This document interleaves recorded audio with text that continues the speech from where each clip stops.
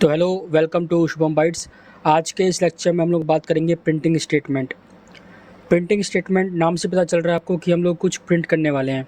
जावा में कुछ भी प्रिंट करने के लिए हमारे पास दो तरह के प्रिंटिंग स्टेटमेंट होते हैं। नोट्स में आते हैं।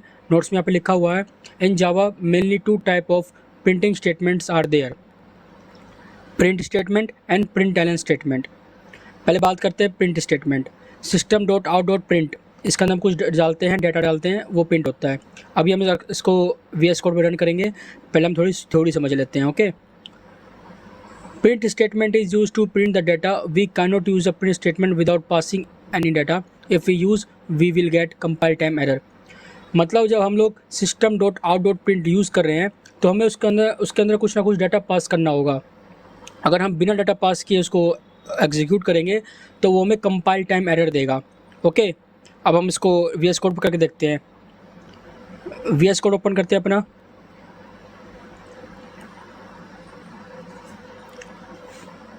ओके, अब यहाँ पे हम लोग एक नई फाइल बना लेते हैं।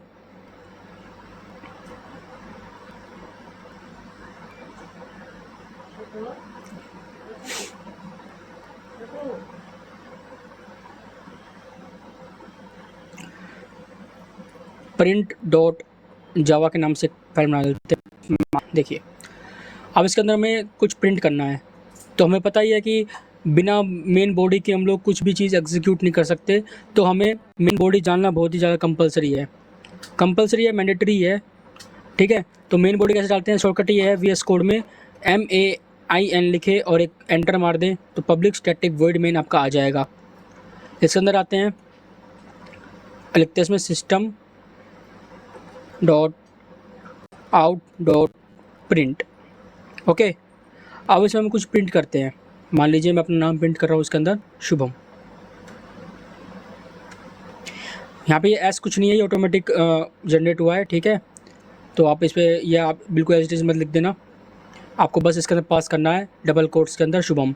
ओके, अब इसको हम प्रिंट करते हैं। प्रिंट करने के लिए क्या करना पड़ेगा? पहले अपने को प्रोग्राम को कंपाइल करेंगे।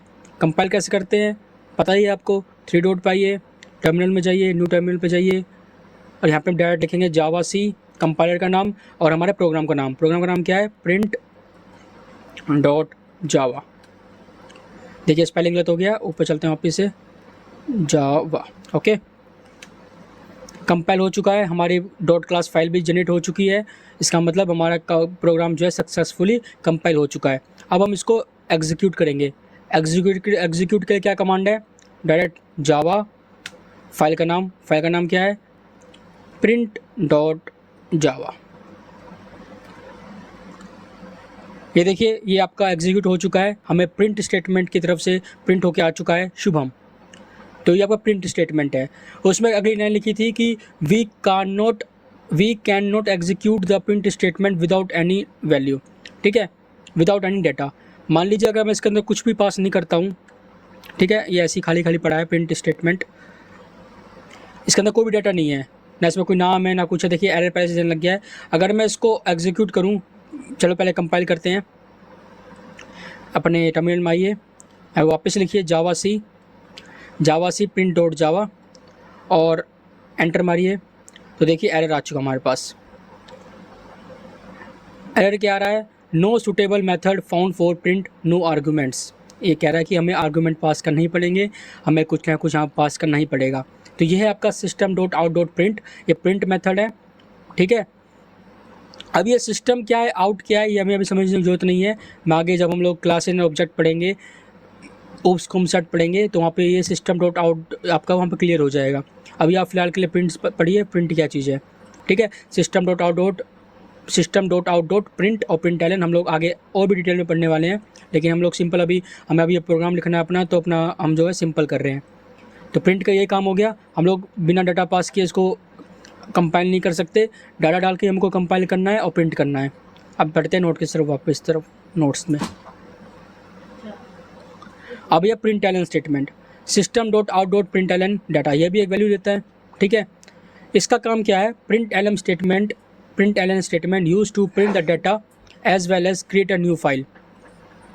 ठीक है, we can use the print Elon statement without passing in data, it is used for printing new lines. अब देखिए प्रिंट में क्या था, हम लोग कुछ डाटा डालते थे, वो हमें एग्जीक्यूट करके दे देता था। ओके, हम उसको एग्जीक्यूट कर देते, वो सक्सेसफुली एग्जीक्यूट हो जाता था।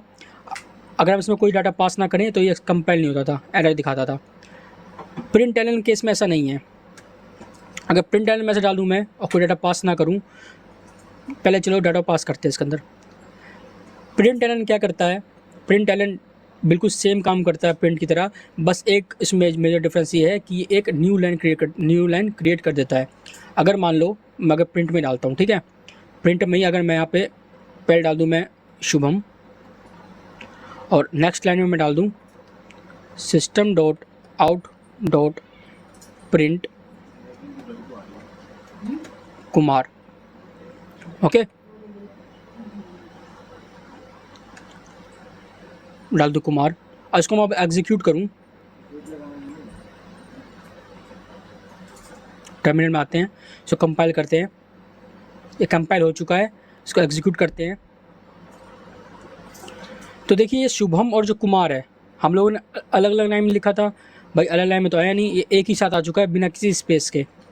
ठीक है, तो प्रिंट स्टेटमेंट क्या करता है, आपका जितना भी डाटा आपने डाल रखा है, जितने भी प्रिंट स्टेटमेंट है, वो सारे डाटा को एक ही लाइन में स्टोर करके दिखाता है हमें, वो हमें एक ही लाइन में दिखाता है। प्रिंट एलन केस में ऐसा नहीं होता। अगर हम प्रिंट एलन यहाँ पर डाल दें और यहाँ भी डाल दें, ठीक है, इसको फिर एग्जीक्यूट करें, अपने इसमें आते हैं, जावा सी पहले कंपाइल करते हैं, इसको फिर रन करते हैं। तो देखिए शुभम अलग लाइन में प्रिंट है, कुमार अलग लाइन में प्रिंट है। इसका मतलब ये है कि प्रिंट एलन जो है एग्जैक्ट सेम काम करता है प्रिंट स्टेटमेंट की तरह, लेकिन इसमें डिफरेंस ये है कि बस ये एक न्यू लाइन क्रिएट कर देता है, जैसे यहाँ पे इसने न्यू लाइन क्रिएट कर दिया। अब प्रिंट एलन स्टेटमेंट में जो है हम इसको, मैं यहाँ पर हटा देता हूँ इसको, अगर यहाँ पे कोई डाटा पास नहीं करते फिर भी ये कंपाइल हो जाएगा और एग्जीक्यूट हो जाएगा। ओके, ये एग्जीक्यूट में क्या दिखाएगा, एग्जीक्यूट में एक नई लाइन दिखाएगा, जो कि मैं दिखाता हूँ आपको एक बार।